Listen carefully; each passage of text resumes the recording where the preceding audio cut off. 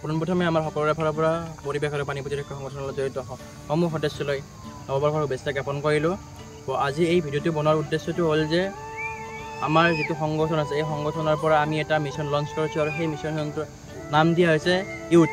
আৰু এই মিছনটোৰ উদ্দেশ্য হৈছে যে যুৱ দৃষ্টিভংগী সবলীকৰণ আৰু যুৱ শক্তি একত্ৰীকৰণ। এই যিটো যুৱ শক্তি একত্ৰীকৰণ আমাৰ যিটো মিছন, এই মিছনটোৰ সকলোৰে সহায় সহযোগিতা তথা আন্তৰিকতা আমি কামনা কৰিলোঁ।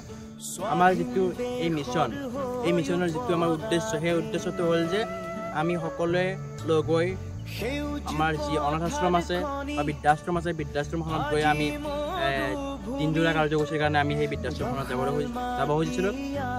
যদি কোনোবাই আমাৰ লগত সহায় সহযোগিতা কৰিব বিচাৰে তো তেওঁলোকক মই আহ্বান জনালোঁ যে তেওঁলোকে যাতে আমাৰ সহায় সহযোগিতাৰ কাৰণে আগবাঢ়ি আহে। ইয়াকে কৈ মই যুৱ সমাজক আহ্বান কৰিম যে আমাৰ যিটো মিছন ইউথ আছে তাৰ লগত সহায় সহযোগিতা কৰে